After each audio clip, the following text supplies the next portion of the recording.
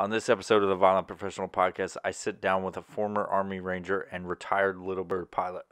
We talk about his experience in Afghanistan right after 9/11, what it was like for him in flight school, and the culture shift from going from an Army Ranger into a career aviator.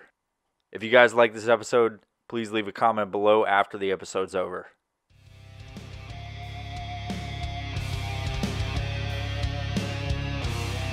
This is the Violent Professional Podcast brought to you by AriesClothing.com.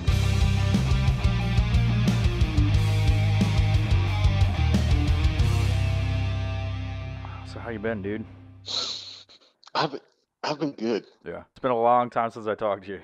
I miss those times where we would hold each other. Yeah. Late at night. Fuck me. Me and you and and That would be a fucking nightmare if we were together. Oh my God. When I said that, my liver actually twitched inside my gut. Yeah, me too. So, Jim, I wanted to bring you on to the Violent Professional Podcast because I know you have a lot of stories. I've heard you tell some of them. They're always hilarious, and everybody's laughing their ass off when they hear them. So, if you could think back about your military career and being in the unit and whatnot, what would be your favorite memory from that time when you were in? Well, you and I talked about this before we got on, and most of the stories that I can't tell, but this one story was actually published in a book. So I feel pretty good about telling this story. It's a pretty good story. It's the grenade story that you've probably heard me tell you a dozen times before. So. Yeah, fuck it, let's do it live. So we're in Afghanistan, and it was either end of October or beginning of November 2001 before all the tourists got there. And Objective Rhino had just gone off, and everybody in the 160th got to play on that except the Little Birds. And we were walking around like, I hate to say it, but we were walking around like a bunch of bitches because we were really pissed off that we didn't get to play. I mean, we were really fucking pissed. Damn. So they came up with this deal where we were going to go up in Afghanistan, and basically we were going to shoot up anything of military value. And we were like, yeah, that's a great idea. Let's go do that. So we got in there, and we went up. It was west of Kandahar, and there's a major road up there. And so we had two teams of two that launched out, and one team went to the east, one team went to the west. And we were the team that went to the east. I was dash 2, and there was another two guys up in front of me that were dash 1, and we start going down this road, and man, it was darker than 10 feet up a well digger's ass, man. It was the darkest place I'd ever been in my life. And we're flying down this road, and there's just nothing. Oh, wait a minute. Let me back up just a little bit. All right. We take off out of our assembly area, and because we were two teams of two, so the other team of two was first, and then my team was second, and I was the second guy in the second team. So I was the fourth dude to take off. And it was so incredibly dusty in the assembly area that we had to wait a really long time between aircraft taking off before the next aircraft could go. By the time I took off, those dudes were like, 3 or 4 miles ahead of me. Probably further than that. And a Little Bird, it's hard to make up that kind of distance when you're loaded. You're full gas, and full bullets, and full rockets. So I take off last, and I put the trail aircraft on the horizon in relation to what I could see, and I'm watching the radar altimeter, and I'm watching the numbers go up and down as we go over the sand dunes.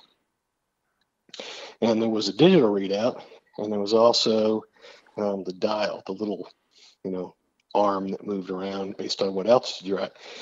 And I just so happened to look in, and I see that dial spinning towards 0, and I just instinctively pulled back as hard as I could. And Holy we shit. fucking hit a sand dune. And the weird part was, even when we were on the top of this, like we smashed into this fucking sand dune and we're at the very tip of it. And even when we were on top of it, I looked down and I still couldn't see the fucking sand dune that I was on top of. Anyway, we kind of just clipped the top of it because we rolled off. We kind of skipped off the top of it and kept flying. And I was like, oh, holy shit, full of bullets, full of gas. That'd have been pretty spectacular. So I eventually caught the flight and got up to the guy that was in front of me. And I was like, hey, man, how's my landing? I came on the radar. I was like, hey, how's my landing gear look? And he's like, it looks fine. Why? I'm like, nothing, just wondering. But damn, I'm not dude. kidding you. I fucking peed just a little bit when that happened. That was fucking... Yeah, I think I would have done more than that. Holy shit. Yeah. That was. I don't like that shit, man. So, that bothers me. So that's how it started. That was the beginning of the day. Oh, good start. So we get up to the highway, and one team goes west. We go east. And we're flying along, and like I say, it's dark as hell. We don't see anything. And I'm like, wow, this is a waste of time. And we get down the road a ways, and finally we come across this little village where these, all the mud huts in there. Yeah. There's only like 10 or 12 of them, but they're stacked on top of each other for whatever reason. In the middle of 500 miles of desert, there's 10 houses stacked on top of each other. And we look on the east side of it, and there's T-55s and artillery pieces and tanker vehicles and just all this stuff. And we're like, woohoo! So we start shooting stuff up. And we're having a good time, man. Stuff's blowing up. We're shooting stuff. And see, what they would do is they would park their stuff, at least what we were told, is they would park their stuff up against towns and villages because they knew the Air Force wouldn't bomb them because of the risk of collateral damage. Yeah. But we didn't have that issue because, we were real close to it. So we were tearing shit up and stuff's blowing up and we're having a good time. High fives all around. It's awesome. Yeah. So after we do this for a while, the guy in the lead's like, hey, man, we're kind of, we still got 10 miles of road to cover. We got to head down the road. So you're like, Roger, we head out. And I start heading down this road, and we go to another 5 or 10 minutes down the road, and we see these 2 sets of headlights coming towards us. And as we get closer to the headlights, they turn their headlights off, and we're like, all right, let's go check this shit out. Yeah. Damn. So we get up there, and we fly right over the top of them, like 20 feet over the top of them. And I look down, and I go to the guy in the lead, and I'm like, dude, that's a 23-2 on because what it was is it was a fucking there was a fucking a fucking anti-aircraft gun. Yeah, well, there was a deuce and a half in the front, and there was a fucking Land Rover behind it. Well, the deuce and a half had a 23-2, which, for those of you who don't know, that's an anti-helicopter gun. Yeah. We fly over the top of it.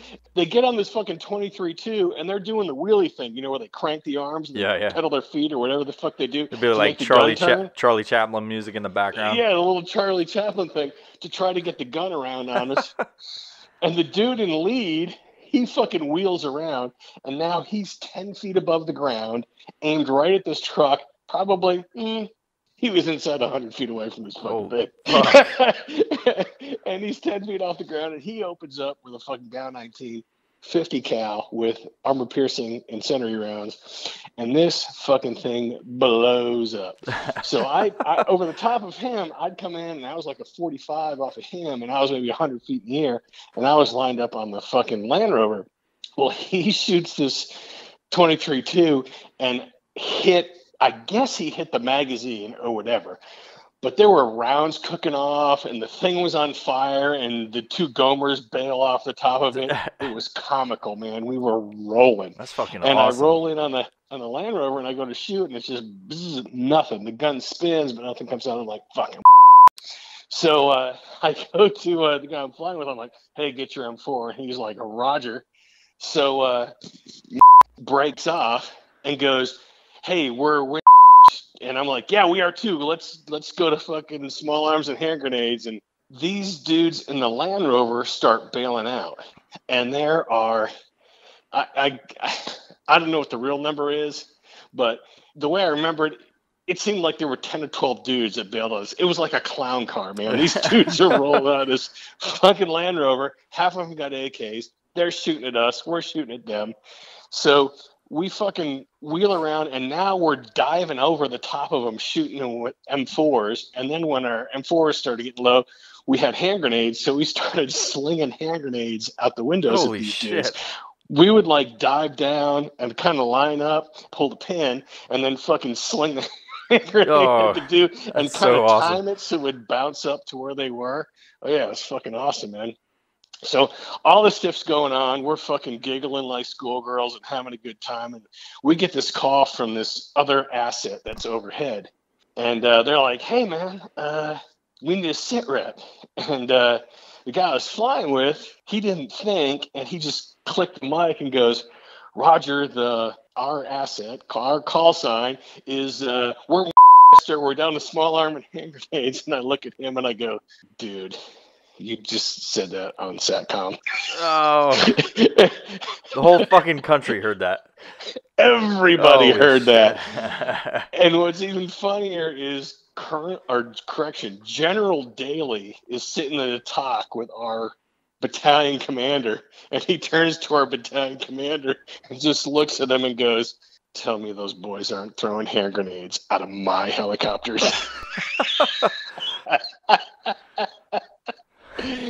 But we were. So anyway, then we get this call from that same asset overhead, and he's like, it's like, hey, climb to 946 feet or some completely fucking random number.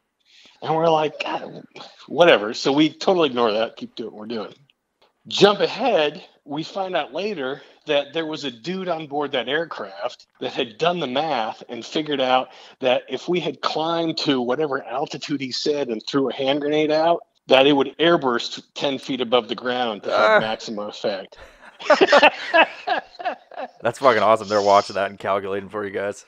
Dude, man, that's like somebody he's got way too much brain going on. That's insane. Anyway, so we're doing our thing and we're shooting these dudes and they're shooting at us. I mean, the whole time there's troops coming at us and we're slinging shit down at them. And so we got to the point there was maybe 2 or 3 dudes still moving, and Lead's like, hey, man, we got to head back. You know, we're about. So we decide we're going to break off and head back. And so we're heading back, and I'm on the left side of him. I'm echelon left off the Lead. And Lead goes, hey, man, you need to move over to the right side.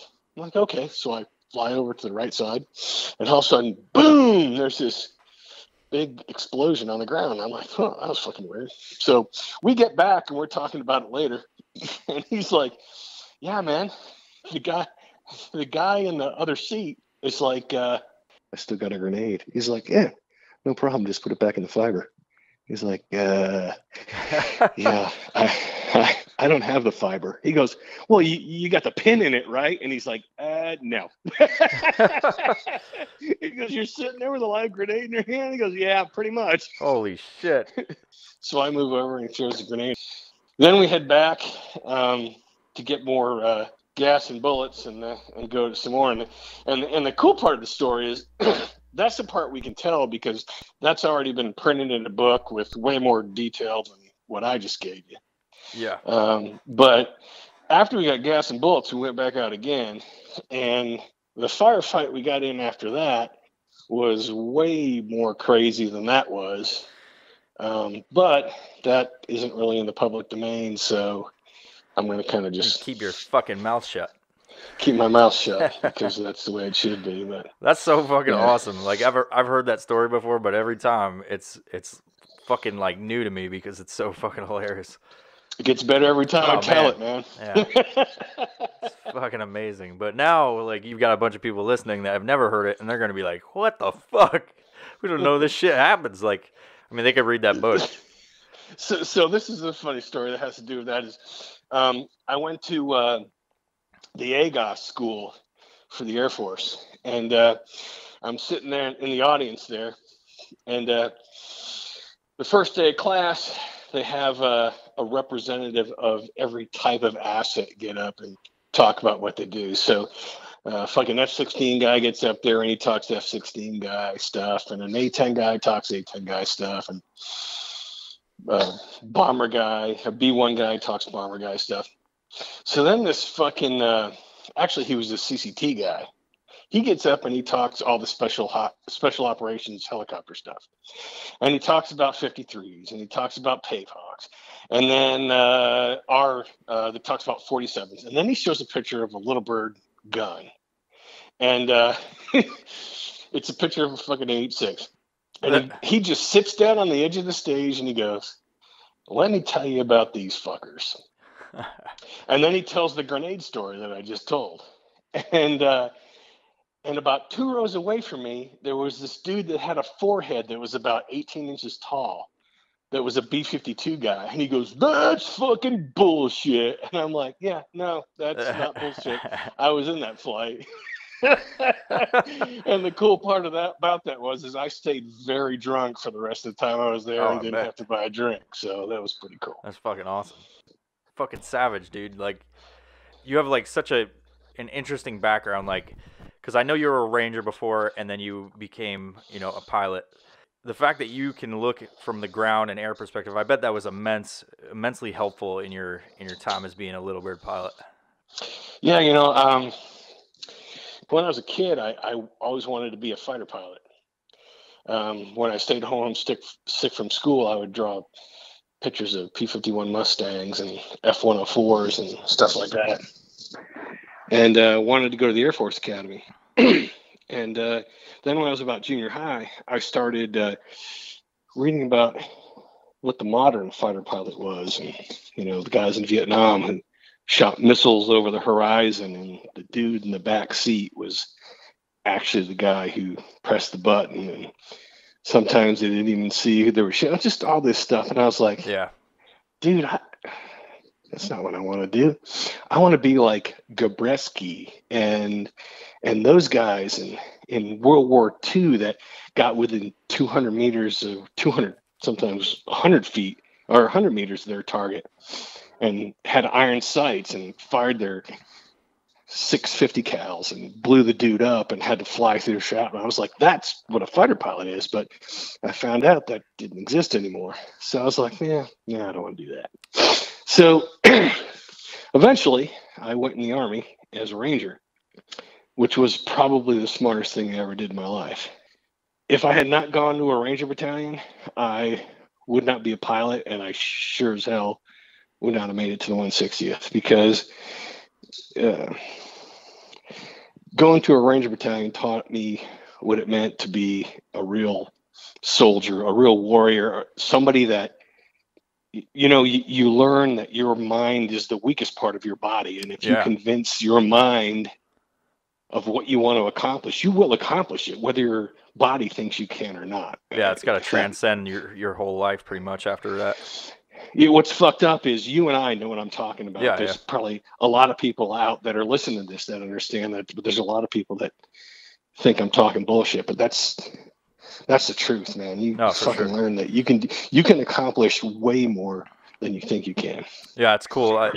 On that, like we have so many different people that follow us and like listen to this podcast now, like that we started that's going to be interesting for them to hear that from your perspective as a pilot and a ground guy at one point. Yeah, and realistically, like I said, I may have already said this, but I never would have been a pilot, and I sure as fuck never would have been a Little Bird dude if I hadn't been in a Ranger battalion first. Because guys like Baldridge, First Sergeant Baldridge, First Sergeant Flowers, First Sergeant Flower, Sergeant Flowers, dude, these are the kind of guys I fucking grew up with in a Ranger battalion. There was a guy named James Fowler. He was my first sergeant when I was in B Company, 375 in 1984. Damn. I had CQ one night, and and of course, when you're on CQ, what do? You go root through the first sergeant's office because there's no one else there.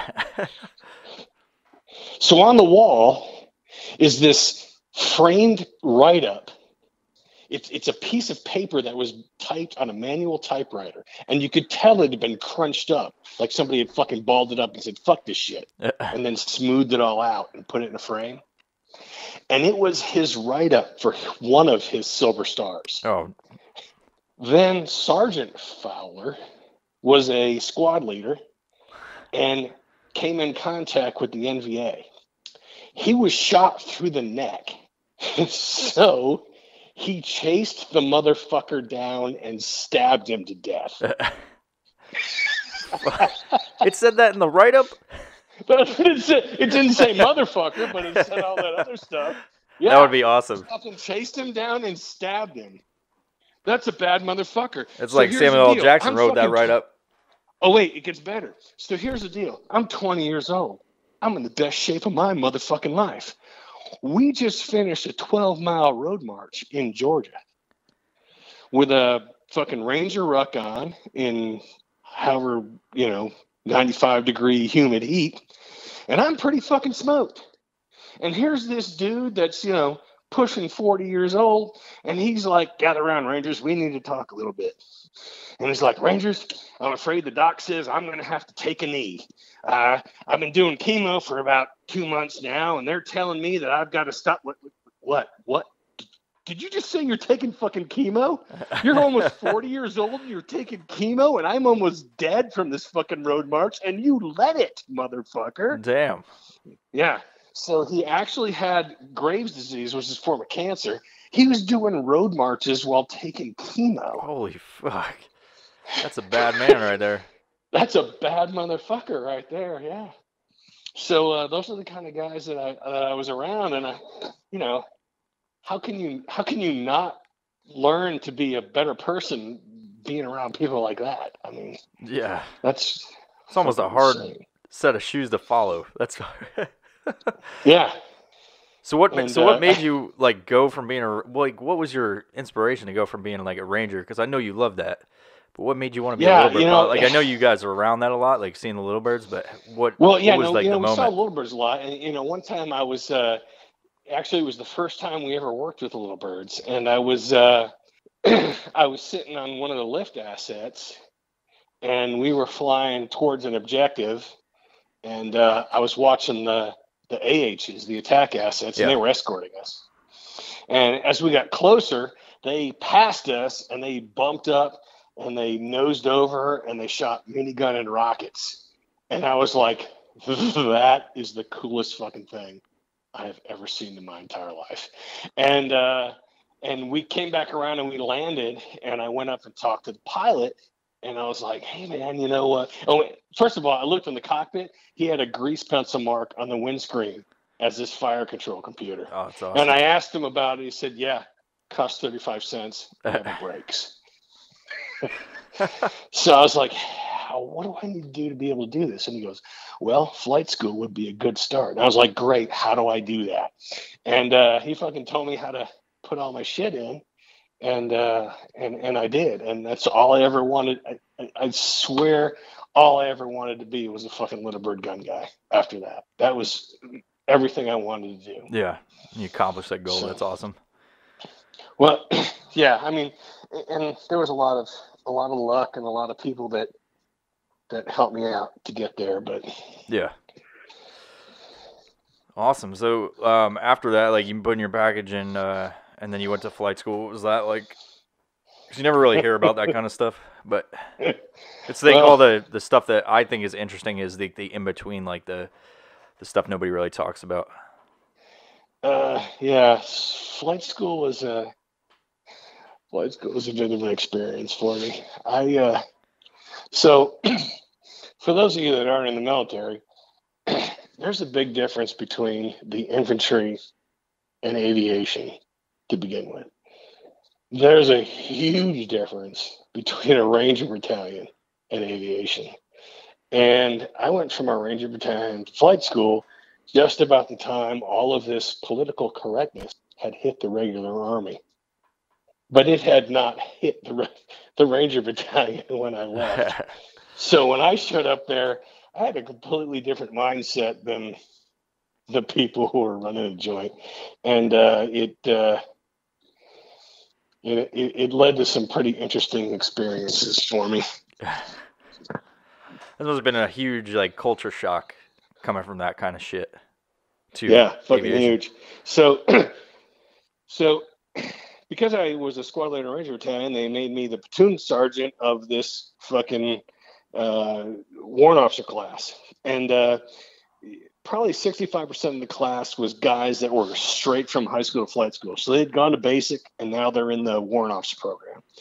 And then there was fucking Ranger Hosey, who just spent 3 years in a Ranger battalion and didn't know that the Army was different than what he had done for the last 2 years.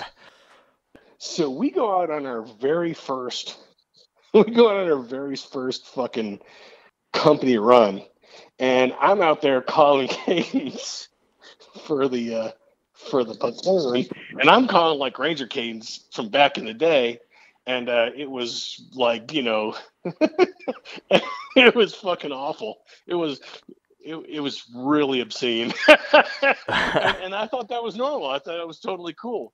But apparently it was not. And, go ahead and do you remember what it was? Because I love these old like cadences. One of them was a lady lieutenant said to me, "Where's that salute I expect to see?" So I jumped on the table to her surprise and shot my load right in her eyes. Now, keep in mind, that was the first 2 sentences, and it deteriorated rapidly from there. So, damn, I know it would. My mom would be upset with me. I said that, and they were upset, to say the least.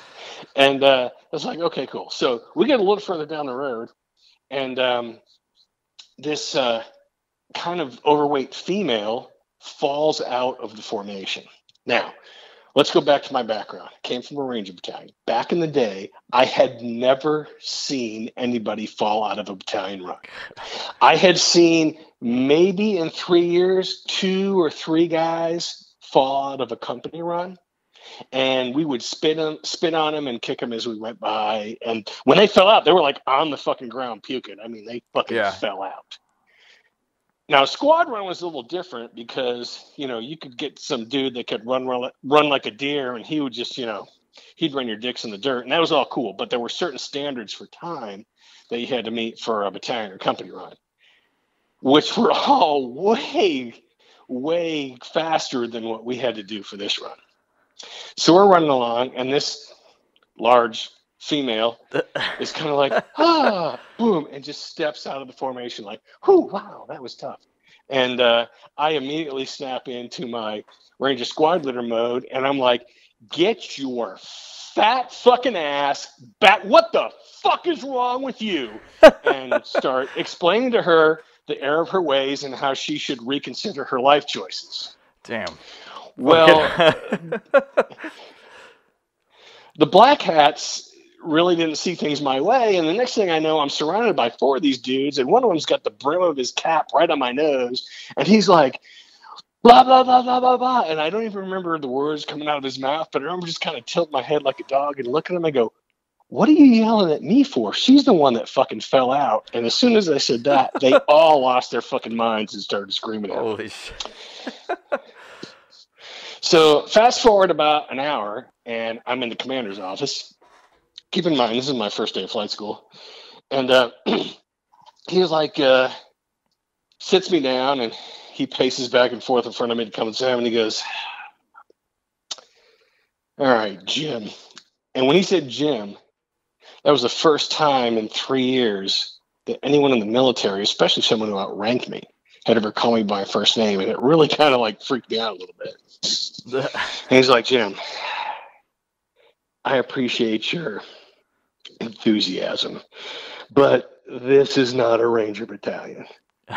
And I was like, okay, but it's still the Army, right? He goes, it's not the Army like you know it. He starts to go into this whole long thing about how we're kinder in general and everybody needs a hug and all that stuff. It basically says you need to fucking mellow out or you're not going to make it here. Yeah. So that was my first day of flight school. Get your it worked fat out. fucking ass. I relaxed a little bit. I did get put on super secret probation at one point for, I don't even want to talk about it. Anyway, okay. Yeah. We'll do that Somebody another time. Pissed me off and I counseled him. Kind of took him to the OP. It wasn't approved. I was really lucky. I when I graduated flight school, I flew Apaches, and I was around to go to Desert Storm, flew Apaches there, and right after that, I assessed for the 160th. I had a battalion commander that was a former commander in the 160th who really fucking hooked me up with a good letter. Got me to be able to assess, because that's the first step. I mean, if you can get in the door, you can show them what you got, and you either got it or you don't. How long? I have no fucking idea how I made it, but how long were you a Apache pilot before you went to the 160th? From the time I left the Ranger Battalion to the time I was in the 160th was about 2.5 years total. Oh wow! So it wasn't that long. Yeah. So back then, like when I assessed for the 160th, originally the minimum amount of hours you had to have were 1,000 hours of total flight time. When I showed up for my first day of Green Platoon, I had 368 total hours. Oh wow! And, I think a lot of that was a function of they were having trouble getting guys or whatever. But the bottom line was I showed up, and when I left my unit, in my unit, I was really fucking squared away. Within my company, I was really good at what I did, and, had won Top Gun and was like third Top Gun in Europe or some crazy shit like that, and everything was cool. So I thought I was going to show up to the 160th, and this was going to be like a fucking breeze. I was going to walk in there, and I was going to be the man. And I got there, and my very first day, I flew with a guy named Ron Howard, who is an amazing pilot. And we were doing maneuvers that were we were doing maneuvers that were illegal in the regular fucking Army. And so we get through the whole day of doing this stuff, and he's demonstrating this stuff for me. Oh, this is the funny part. We do this one maneuver. So back then, if you had over however many years of flight school, you got $650 a month for flight pay. Right? So I think it was maybe if you had 4 years of flight experience, you got $650 a month. Well, at the time, I was only getting $158 because I only had like 2.5 years of flight experience. So we do this one maneuver. We do a 180 auto to the sod, which means a 180 auto to the grass in an aircraft that it was my first day in. and I do it for the second time, and I fuck it up. And he goes, for $650 a month, you ought to be able to do this. And I go, well, I'm only making $158 a month. And he goes, oh, in that case, it's not bad. But, dude, I went back to my hotel room that night, and I sat on the end of the bed, and I put my head in my hands, and I was like, holy fuck, I am in way over my head. Because these guys, I mean, dude, I don't know how it is now, but I can tell you this. Back then, the fucking 160th was the varsity team. Yeah. And I don't care how good you thought you were in your unit or all that other stuff. You may have been the best high school football player ever, but the first day you step on a field of Division I, you're like, whoa, I've got a lot to learn. Yeah. And that's kind of what it felt like. I bet. Everyone that was there were fucking rock stars. And the whole time I was there, I felt like the C student that somehow got put into the AP history class. You know what I mean? It's like these are all like really smart dudes and I'm like, well, why am I here? But I'm still here. So, I don't know. It goes back to that Ranger thing, just stick it out and work hard and strong like bull, smart like tractor, that kind of thing. So what's interesting about you is you have the ground perspective as well as the perspective from the air. So I think it's probably what makes you an effective pilot more so than somebody that hasn't been in that particular and situation. That's something that's helped me through my whole career as an aviator, because aviators as a rule, if they don't have the prior ground experience, they have absolutely no clue how the guy on the ground thinks. Yeah. I mean, even guys that do casts for a living, I mean, they communicate with the ground guys all the time, and they think they kind of understand how those guys are wired, but unless you've done that for a while, you just can't kind of grasp that mindset. Yeah. It's completely different. Yeah, I saw it on the Air Force side with the some of the ALOs that would come out of the cockpit for a little bit. They get a better understanding of the ground scheme maneuver and all that good shit, and then go back to the cockpit. Yeah, and I think it and makes it's them not a effective. slam of the air guys. It's just, if you've never seen it before and you've never lived in that environment, you don't really understand how completely different it is from the air environment. Yeah, exactly. They kind of feel like they know what that mindset is because they work with them all the time. And as air guys go, they do know quite a bit, but they're still, Yeah. there's still a big gap there. Yeah. Shit, man. Well, I really appreciate you coming on. I love all the stories. We got to get you on again sometime and talk some more. We'll get maybe when we're in town together, we'll down some booze and be face to face and tell some stories. Sounds like a plan, man. Fuck yeah. All right, brother. I'll see you next time. All right, take care. Bye.